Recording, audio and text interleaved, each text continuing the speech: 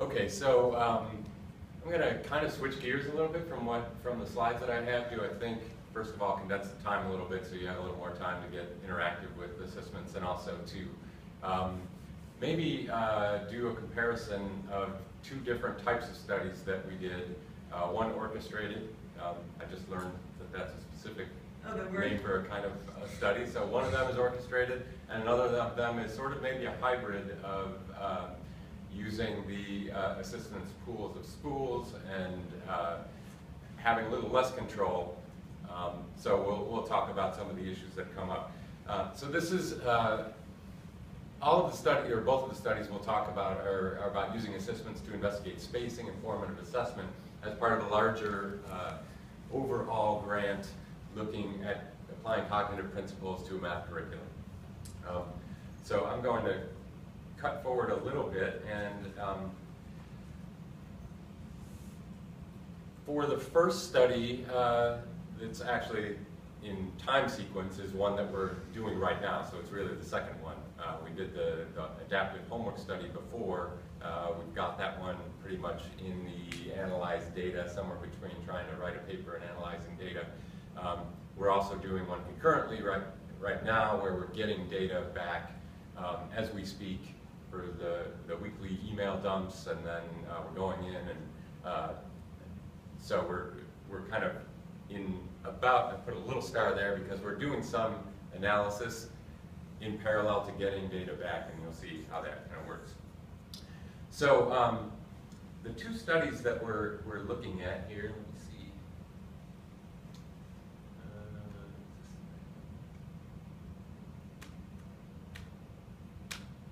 Okay, so I'm going to talk a little bit about study 3 and study 4. Study 3 is a comparative feedback study. That's the one that we're calling an orchestrated one. Study 4 is the other way around. Study 4, adaptive homework study, kind of orchestrated. Study 3 is the sort of hybrid. And so, let's see.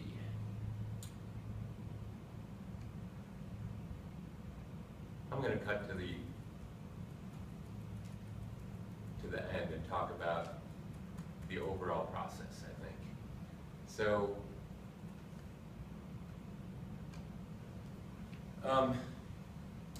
the key affordances of assessments, the two studies were one was the orchestrated one. We actually recruited teachers, 3 local teachers in one school here in the area. And you know, as far as the affordances, we didn't really get the advantage of having a ready-made group of teachers and students who are really familiar with assessments. And I think that was a fairly significant kind of variable there. So, but what we did have was a set of resources to be able to go into that school. This is what Christina talked about before, and do some professional development with those teachers to kind of ramp them up on how to use assessments, create their accounts, do these things kind of in real time right before the study. We gave them a few practice assignments to get both the teachers and the students kind of familiar and comfortable with using assessments. And the reason that we did that instead of going with the larger pool of assessment schools was because it was based on, it was a homework study. So we were really interested in how kids were going to do homework that was on the assessments platform at home or after school, and how they might get advantages from providing feedback or no feedback when they were doing their homework at school. So it kind of set it or away from school. So we wanted to have a little bit closer involvement with the teachers for the implementation side of things. That it wouldn't be a kind of random students doing assignments at times much later than when it was assigned, or times before, or not doing them at all, and these kinds of things. So that was kind of what was behind the decision to recruit schools ourselves and have them close by to be able to interact with the teachers. We also felt that having a relationship with those teachers would create sort of a level of accountability. I think that the professional development resources were really helpful in that regard. Working with Christina, we were kind of the conduit between Christina's professional development and then we were delivering it here on site, was also kind of a pretty strong way to go. But I would also say that one thing that was difficult about that was that there wasn't a level of experience between the teachers and the students of using assessments. And so there was a learning curve of using the tool that probably confounded our data about using the homework or the homework And we, with the LMS edition that I just described, and also these new links, like if you were to do it with the links, all you would have had to do was give these kids a link. And then they would just click on the link. Not that these kids were very used to finding a computer and using a computer for homework, which in itself was really hard. So we have kids who are used to doing that, so that's not, but the link I think would lessen, because they had to log in, they had to remember their passwords and all that stuff. So I was kind of jumping up and down when I heard that was going to be, it's becoming part of the platform, because, yeah, just the logistics of getting into those classrooms, getting kids user IDs, and then you go back and look at the data and you see we're missing data for this ID, this ID, this ID. There was something going on in that process that, again, with a little bit more experience or a more streamlined way to do it, I think we're going to be able to kind of smooth out some of those issues. We lost not a significant amount of data, but enough, and you lose time and resources too, trying to clean up your data and figure out what's going on. But did you lose data actually dependent upon condition? That's all that really matters, right? If 10% of them actually have a hard time, but actually it would be really a disaster for the study if it's actually really disproportionate by which condition they were actually then assigned to. Right. Smaller, I wouldn't put it in disaster category. We were just running with a small number of a small sample size to begin with. So then, the value in the numbers, you don't want to deplete it, or you want to keep them up in any way you can. But no, there wasn't any, at least that we noticed, differential dropout rate for those kinds of issues between the assigned groups. Thank God. So in the study we're doing right now, where we're collecting the data, we're working with a group of assessments schools from, I think they're from Maine, right? Yep.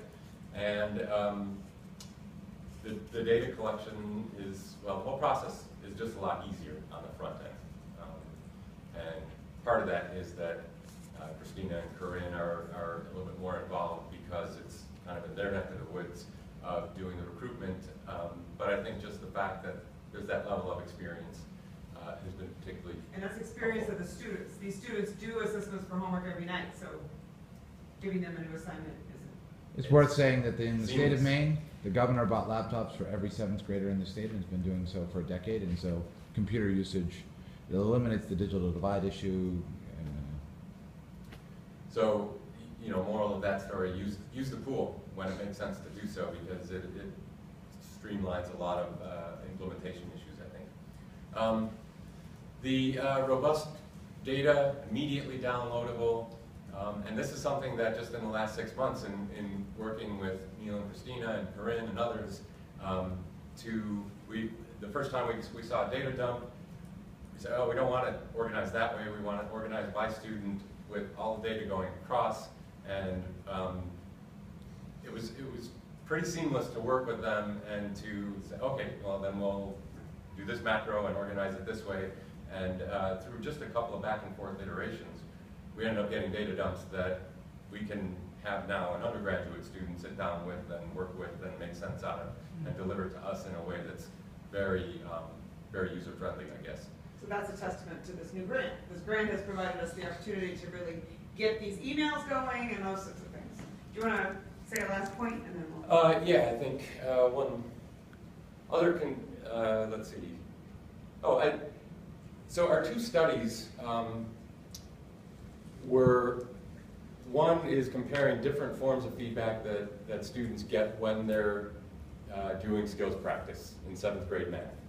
Really 6th grade skills that they're re-practicing in 7th grade. And so we have a video-based feedback, we have a worked example, we have a text worked example, we have hints only where kids have to go grab the hints. and then we have correctness-only feedback. And that, all of those modes of feedback are fitting really well. They're easy to construct in assessments. I think a lesson learned for us was that when we did the homework feedback, we were trying to do things around conceptual development in mathematics that were probably a little beyond what is typically fits into a skill builder. And so I think, you know, if we had it to do over again, we might do this study first, and then, you know, be much wiser about how we construct the feedback in the homework study, and realize what kinds of things get a little unwieldy for students in assessments because they're clicking through pages and you know, it was a really nice design, but when you think or you watch kids kind of work their way through it, it may have been a little unwieldy. So those kinds of design considerations definitely came in. I think one lesson to that is that it's okay to do a study. Anyone who's here for the first time and is thinking this is cool, do it. Don't just wait. Don't just do something simple, because then the next time you'll do it better, and the next time you'll do it better. Like, you can't do it better the next time unless you've done it the first time. I mean, hands down, that's probably the most important thing to remember. And we already talked about the baseline. The timer's not going to go off because I forgot to set it. Okay, well, So, it's going. so we already talked about the baseline of assessments experience, that, you know, having that baseline of experience was particularly beneficial in the study that we're doing now. So just kind of some high-level considerations. So I'm going to, thank you, Tim.